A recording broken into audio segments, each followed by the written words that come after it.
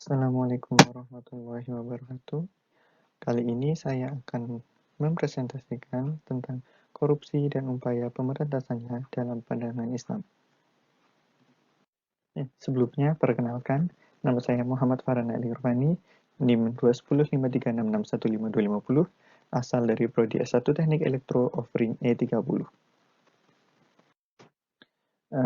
Materi yang akan dibahas dalam PPT ini ada 4 hal mengenai korupsi, yaitu pengertian dan ragam korupsi, motif-motif yang mendasari dalam melakukan korupsi, bahaya dan dampak dari perbuatan korupsi, serta bagaimana cara mengembangkan budaya anti korupsi.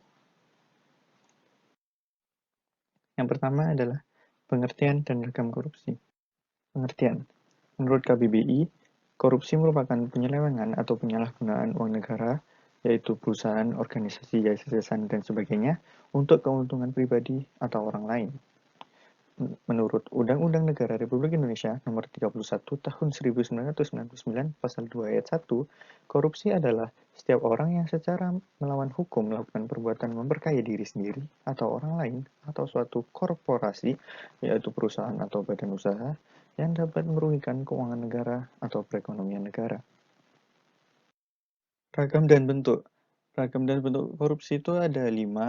Yang pertama adalah gulul atau penggelapan, yaitu mengambil sesuatu dan menyembunyikannya dalam hartanya. Dalam sejarah Islam, hal ini pernah terjadi saat Islam masih melakukan peperangan, yaitu banyak orang yang melakukan perampasan harta perang secara diam-diam. Lalu yang kedua adalah riswah atau suap, yaitu sesuatu yang diberikan oleh seseorang kepada orang yang mempunyai kekuasaan atau jabatan agar ia diberikan kepada si pemberi sesuatu yang bukan haknya. Lalu yang ketiga adalah hadiah atau gratifikasi. Pemberian barang sebenarnya dalam Islam itu boleh-boleh saja. Namun, hal itu harus dilakukan secara ikhlas. Tidak seperti gratifikasi yang memiliki tujuan pamrih sehingga hal itu sangat dilarang oleh Islam. Lalu keempat adalah sarikoh atau pencurian, seperti mencuri atau mengeplang uang negara, uang perusahaan, uang organisasi, atau uang orang lain tanpa alasan yang sah. Yang terakhir, yang kelima adalah khianat atau kecurangan, yaitu perbuatan tidak jujur, melanggar janji, melanggar sumpah, atau melanggar kesepakatan. Lalu yang kedua adalah motif dan tujuan. Motif orang dalam melakukan korupsi dibagi menjadi 2, yaitu motif internal dan motif eksternal. Motif internal timbul dari dalam diri seseorang yang melakukan korupsi. Motif internal itu antara lain: 1. Sikap terlalu mencintai harta atau hub al-dunya. Yang kedua adalah sikap tamak dan serakah. Yang ketiga adalah sikap konsumtif dan hedonis. Yang keempat, pemahaman agama yang dangkal. Dan yang kelima adalah hilangnya nilai kejujuran. Lalu untuk motif eksternal adalah timbul dari lingkungan sekitar. Motif eksternal itu antara lain: 1. Adanya kesempatan dan sistem yang rapuh, yaitu seperti kurangnya lembaga pengawasan. Yang kedua adalah faktor budaya. Yang ketiga adalah faktor kebiasaan dan kebersamaan. Dan yang keempat adalah penegakan hukum yang lemah.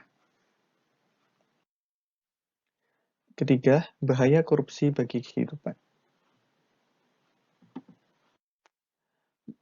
Bahaya bagi individu.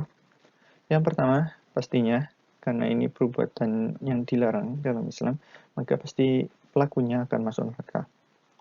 Lalu, dalam suatu hadis pernah diceritakan, jika kita memakan barang haram, maka tidak akan mencapai derajat takwa atau ibadah yang kita lakukan itu tidak diterima.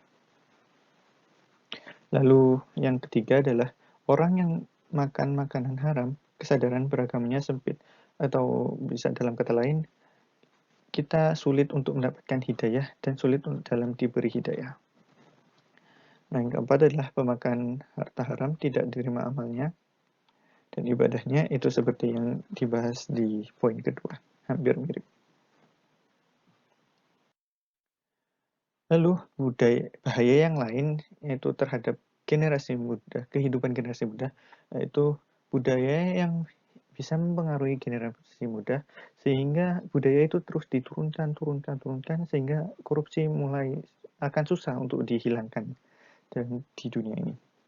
Lalu yang kedua, terhadap kehidupan bermasyarakat. Masyarakat yang terbiasa dengan korupsi ini akan membuat masyarakat yang kacau dan membuat kesenjangan sosial antar masyarakat itu semakin tinggi.